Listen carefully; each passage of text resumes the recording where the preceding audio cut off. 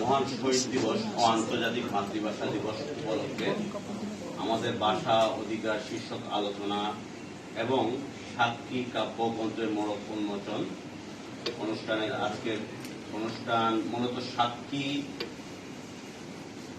কাব্যগ্রন্থের আমরা হয়তো অনেকেই সাক্ষী হচ্ছি উন্মোচন অনুষ্ঠানে।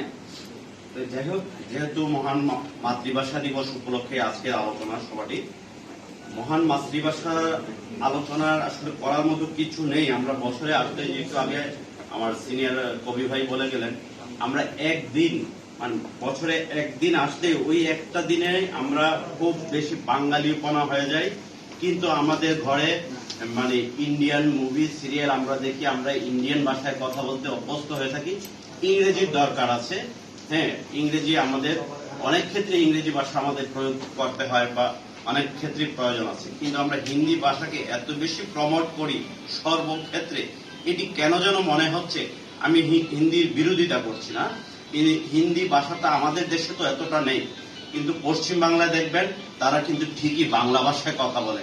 আর আমরা কিন্তু অনেকেই দেখবেন ফেসবুক মেসেঞ্জার বা মানে অনেক কিছুতে আমরা হিন্দিকে এত বেশি প্রমোট করি, হিন্দিতে স্ট্যাটাস দেই, হিন্দিতে আনসার দেই, মানে এভরি সাইডে দেখা যায় হিন্দিতে।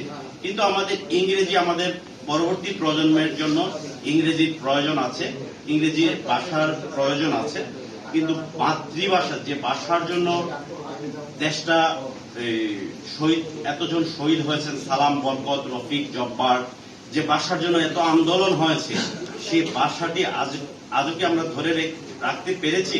আমার মনে হয় না ততটা আমরা ধরে রাখতে পেরেছি। কারণ আমাদের সর্বত্র প্রতিষ্ঠানগুলোতে দেখবেন, সাইনবোর্ডে দেখবেন ইংরেজি নাম, বিভিন্ন ধরনের প্রতিষ্ঠান, বিভিন্ন ধরনের প্রতিষ্ঠানগুলোতে দেখা যায় সাইনবোর্ডে বাংলা নাম। আজ থেকে ঠিক 10-15 বছর আগে বাংলা নামগুলো ছিল, বিভিন্ন প্রতিষ্ঠান বলুন, কিন্তু এখন দেখা যায় ওই প্রতিষ্ঠানগুলোর নাম ইংরেজি। মনে হচ্ছে ইংরেজি নামটা দিলে, হিন্দি নামটা দিলে মনে হয় তাদের বিজনেসটা ডেভেলপ হবে।